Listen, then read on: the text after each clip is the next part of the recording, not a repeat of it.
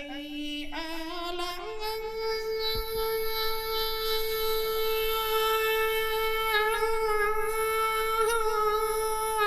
ربكما تكذبان.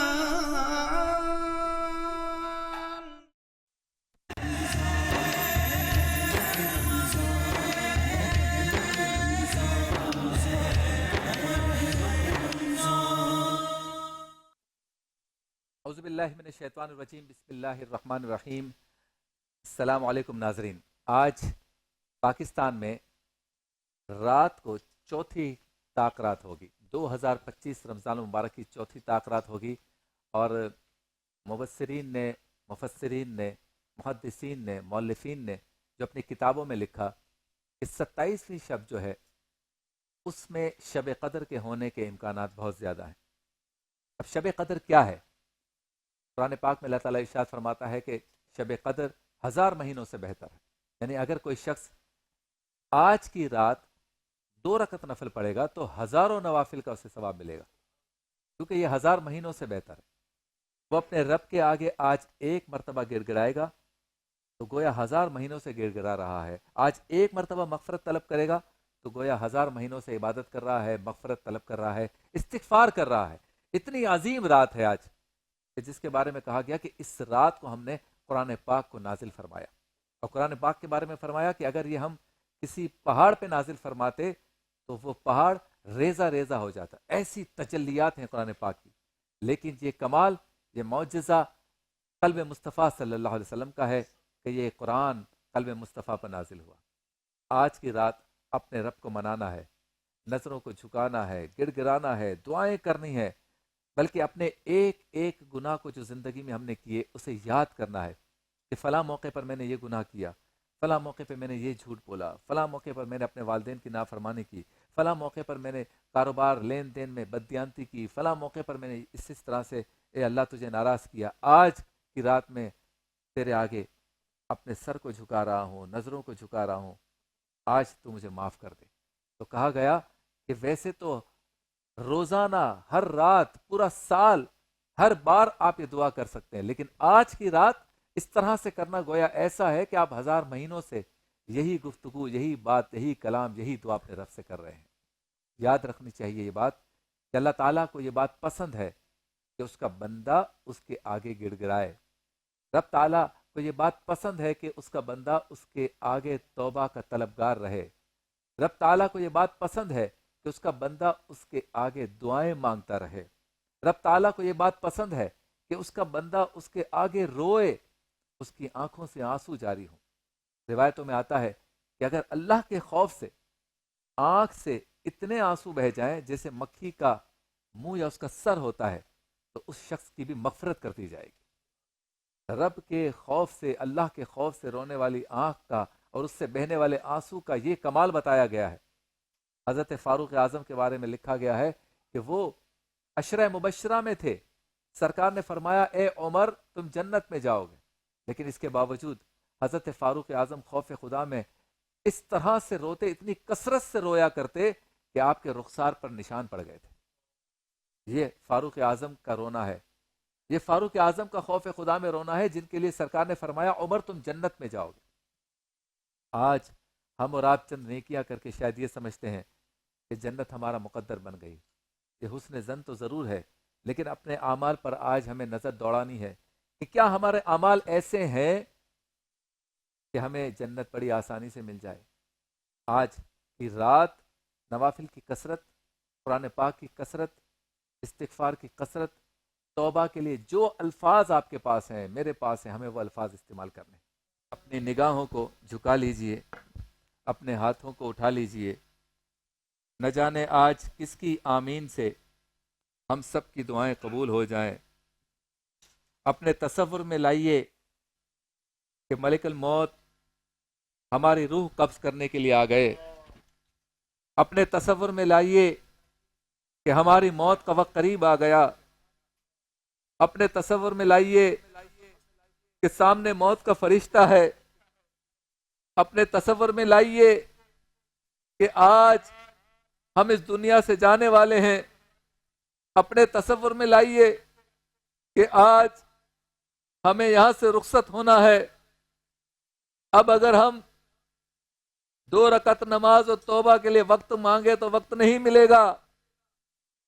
آج وہ وقت آ گیا جس کے لیے بزرگ بار بار سمجھاتے تھے کہ جب موت کا وقت آئے گا تو سب فنا ہو جائے گا. آج وہ وقت آ گیا کہ جس کے بارے میں بار بار سنتے تھے کہ جب موت کا فرشتہ آئے گا تو پھر ایک ساتھ بھی نہ ملے گی. توبہ کا دروازہ بند ہو گیا. آج روح قبض کرنے کے لیے موت کا فرشتہ آ گیا. اے اللہ اب میرا کیا ہوگا؟ نہ جانے کتنے ایسے لوگ ہیں کہ جب ان کے لیے موت کا فرشتہ موت کا پروانہ جاری کر کے آتا ہے وہ میوزک سن رہے ہوتے ہیں، وہ شراب خانے میں ہوتے ہیں، وہ گناہ کر رہے ہوتے ہیں، وہ فلمیں اور ڈرامے دیکھ رہے ہوتے ہیں، اور ایسے میں موت کا فرشتہ آ جاتا ہے. اللہ اکبر. اے اللہ جب موت کا فرشتہ آئے تو ہم کوئی نیکی کر رہے ہوں. اے اللہ جب موت کا فرشتہ آئے تو ہم تیرے محبوب پر درود پاک پڑھ رہے ہو. اے اللہ جب موت کا فرشتہ آئے تو ہم حالت نماز میں ہو. اے اللہ جب موت کا فرشتہ روح قبض کرنے کے لیے آئے تو ہم تیرے محبوب کی نعتیں پڑھ رہے ہو. اے اللہ جب موت کا فرشتہ ہماری روح قبض کرنے آئے تو ہم درود و سلام کے نذرانے پیش کر رہے ہو. آج موت کا فرشتہ آ گیا. اہل خانہ کو اطلاع مل گئی. وہ رو تو رہے ہیں لیکن ہر کوئی کہہ رہا ہے اسے غسل دو اور جلدی جلدی دفنا دو. ہائے میری زندگی، کل کی میٹنگز کا کیا ہوگا؟ میری شاپنگ کا کیا ہوگا؟ میرے کاروبار کا کیا ہوگا؟ مجھے سفر کرنا تھا، مجھے شادیوں میں جانا تھا، مجھے نئے کپڑے سلانے تھے. سارے ارمان ختم ہو گئے. دل جو دھڑک رہا تھا وہ ٹک ٹک کی سوئی آج رک گئی. اب رشتہ دار بھی کہتے ہیں جنازہ کب ہے، تدفین کب ہے. مجھے غسل دیا جا رہا ہے. وہ دوست جو کہتے تھے تیرے بنا ہم کہیں نہیں جائیں گے، تیرے بغیر کوئی تقریب نہیں ہوگی، آج وہ بھی کچھ نہیں کر سکیں گے. مجھے چھوڑ کے سب جا رہے ہیں. کلمہ پاک کلمہ شہادت کی آواز آ رہی ہے. میں جنازے کے اندر ہوں، سفید کپڑے میں آج لپٹا ہوا ہوں. یہی وہ جسم ہے نا جس پہ اچھے کپڑے پہننے کے لیے شاپنگ سینٹر جایا کرتا تھا.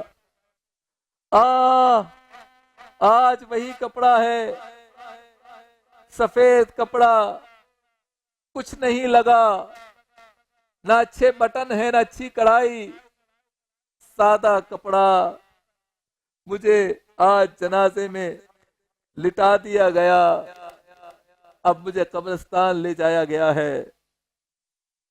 آج ان بابا قصاتوں میں تصور میں لائیے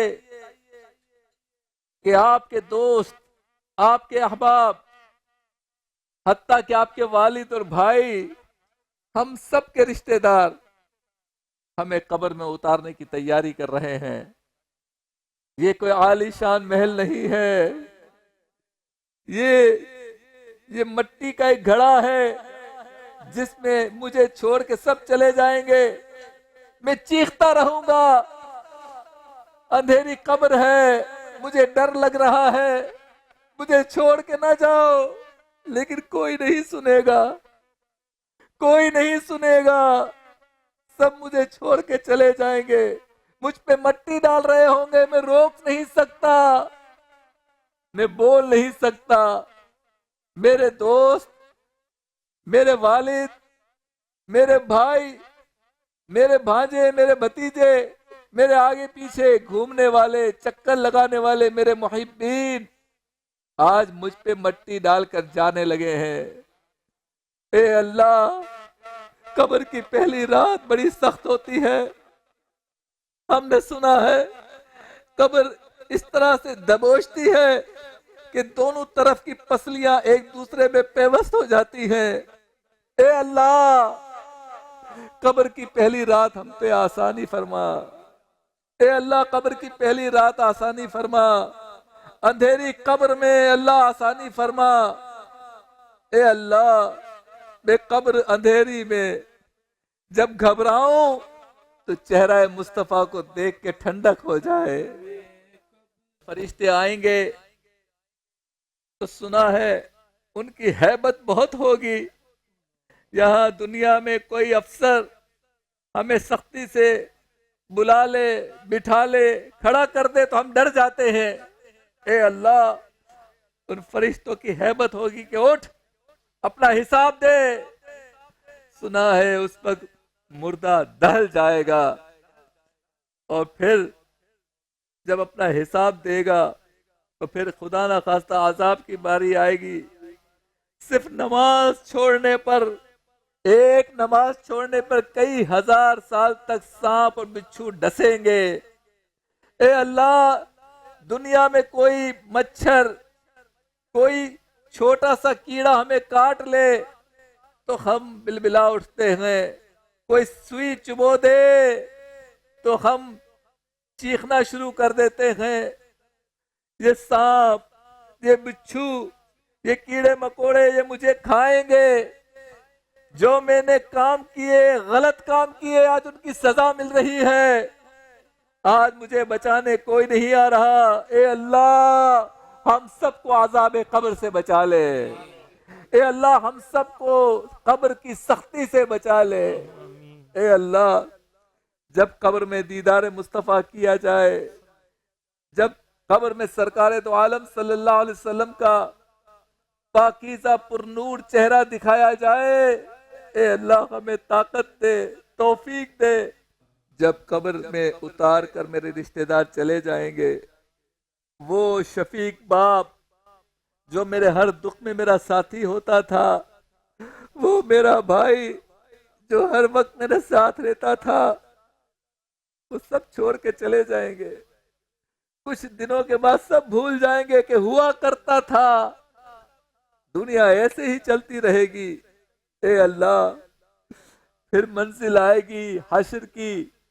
بتایا جاتا ہے حشر میں ایسی گرمی ہوگی کہ سورج سوا نیزے پر ہوگا اور پاؤں ایسے جلیں گے اس کی زمین کی گرمی سے کہ ذہن دماغ بھیجا یہ ابلتا ہوگا.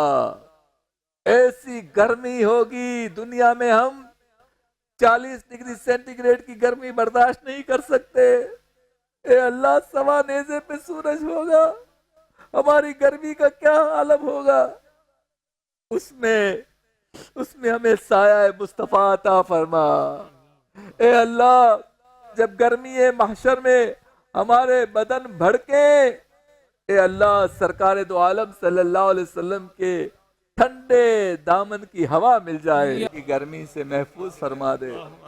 اے اللہ جنت و دوزخ کا جب فیصلہ ہو رہا ہوگا تو سنا ہے جو تنہائی میں ہم نے غلط کام کیے ہوں گے ہماری بہن ہماری ماں ہماری بیٹی ہماری بیوی کے سامنے ہمارا نامہ اعمال کھولا جائے گا.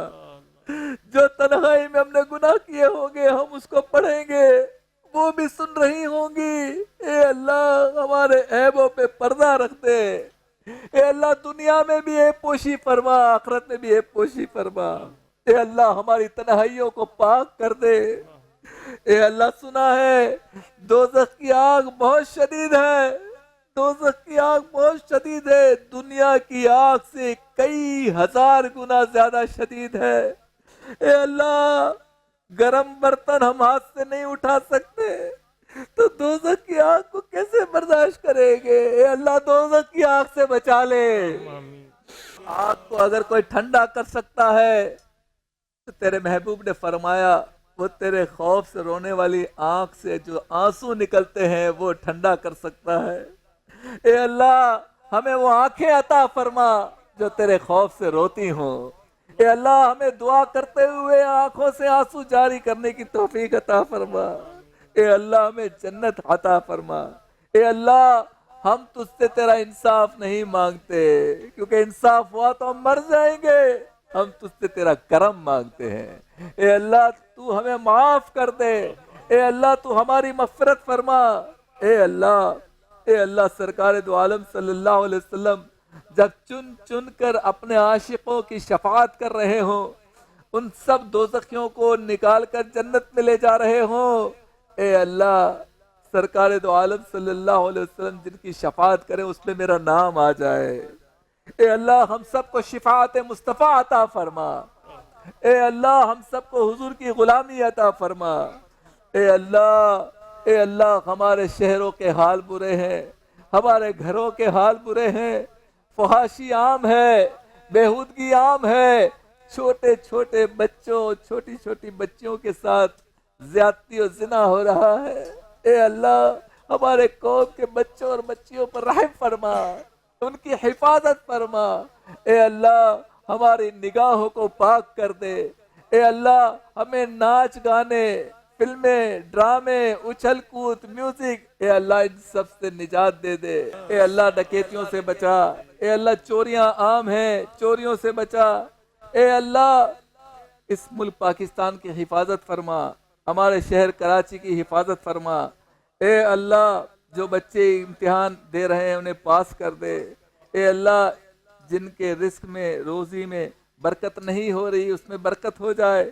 اے اللہ ماہ رمضان ہم سے رخصت ہو رہا ہے، اے اللہ ماہ رمضان کو ہم سے خوش ہو کے رخصت ہو۔ اے اللہ ماہ رمضان ہم سے خوش ہو کے رخصت ہو۔ اے ماہ رمضان ہم سے ناراض نہ ہونا۔ الوداع الوداع، اے ماہ رمضان الوداع۔ کشمیر کے مسلمانوں کی غیب سے مدد فرما۔ اے اللہ مکہ و مدینہ کی بار بار زیارت فرما۔ اے اللہ مکہ و مدینہ کی بار بار زیارت نصیب فرما۔ اے اللہ جن بچوں کے پاس جاب نہیں ہے، نوکریاں نہیں ہیں، ان کو برسر روزگار کر دے۔ اے اللہ جو بچیاں مختلف دفاتر میں کام کرتی ہیں، اللہ ان کی حفاظت فرما، ان کی عزتوں کی حفاظت فرما۔ اے اللہ ہمیں اپنے سوا کسی کا محتاج نہ کرنا۔ اے اللہ ہمیں دینے والا ہاتھ عطا فرما۔